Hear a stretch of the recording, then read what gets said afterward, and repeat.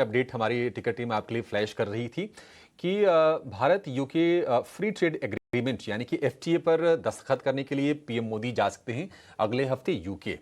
और इसको लेकर कुछ अहम जानकारी है, हमारी सहयोगी सुमिता करीर जुड़ रही हैं जो कि विदेशी मामलों पर काफ़ी अच्छी पकड़ रखती हैं। सुमिता, 3.5 साल पहले ये नेगोशिएशन की शुरुआत हुई और इतना लंबा इंतजार, पहले प्लान ये था कि नहीं इसको दिवाली 2022 तक कंप्लीट कर लिया जाएगा। फाइनली जाकर ऐसा लग रहा है कि अब ये कंप्लीशन वाले स्टेज में है। बताइए आपके पास डिटेल्स क्या हैं?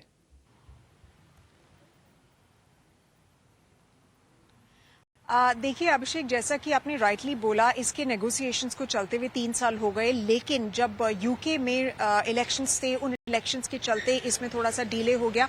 बट यूके ओवरऑल, जो हमें सोर्सेज बता रहे हैं, यूके ओवरऑल जो है वो क्वाइट कीन है इस एफटीए को साइन करने के लिए। इस एफटीए का कंक्लूजन हुआ था, यूके इंडिया एफटीए का कंक्लूजन हुआ था इस साल मई में, और उसके बाद इनफैक्ट हमने ट्वीट्स भी देखे दोनों साइड से, कियर स्टार्मर जो पीएम है यूके, उनकी तरफ से, एंड प्रधानमंत्री नरेंद्र मोदी उनकी तरफ से भी आए थे, क्योंकि इस डील का जो एम है वो ये है कि बायलैटरल गुड्स का जो ट्रेड उनका दोनों का वो पैक्ट है उसको डबल करना बाय 2030। और अब हमें फ्रेश सोर्सेज बता रहे हैं, फ्रेश न्यूज जो आ रही है सोर्सेज के द्वारा, वो ये बता रहे हैं कि प्रधानमंत्री नरेंद्र मोदी हो सकता है कि वो ट्रैवल करें यूके इस डील को साइन करने के लिए। हालांकि इस पे अभी कोई ऑफिशियल कॉन्फर्मेशन नहीं आया है, और ये जो डील अग्रीमेंट है दोनों देशों के बीच में, ये नेक्स्ट वीक साइन हो सकता है, और ये एक रिव्यू के बाद साइन होगा। और अभी जो लीगल स्क्रबिंग का जो प्रोसेस है एफटीए टेक्स्ट का, वो करंटली ऑन है, लेकिन ये इम्प्लीमेंट कब तक किया जाएगा?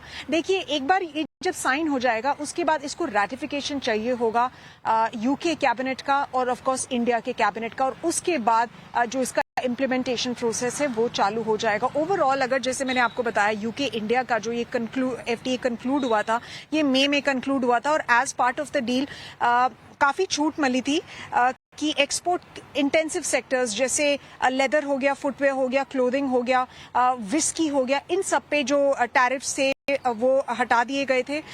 तो ओवरऑल जो है वो एक्सेस था ईच अदर कंट्रीज के। और यूके को देखिए, इंडिया का एक काफी बड़ा डोमेस्टिक मार्केट मिलता है, हमारे यहाँ पे कंज्यूमर बेस काफी ज्यादा है, और ओवरऑल ये अग्रीमेंट उसी दिशा में हुआ था। और एफटीएस जो है वो इंडिया की स्ट्रैटेजी रही है कि हम अपनी जो ट्रेड डील्स है वो सेपरेट कंट्रीज के साथ करना चाहते हैं, क्योंकि ओवरऑल ग्लोबली दुनिया में एक डिस्ट्रप्शन चल रहा है उसके चलते।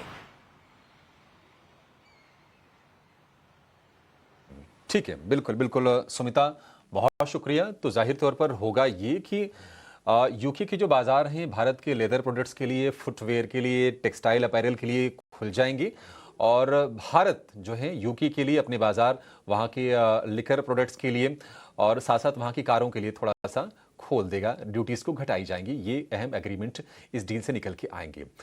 चलिए, इसी के साथ इस शो को यहाँ पर समाप्त करने का समय भी हो गया, लेकिन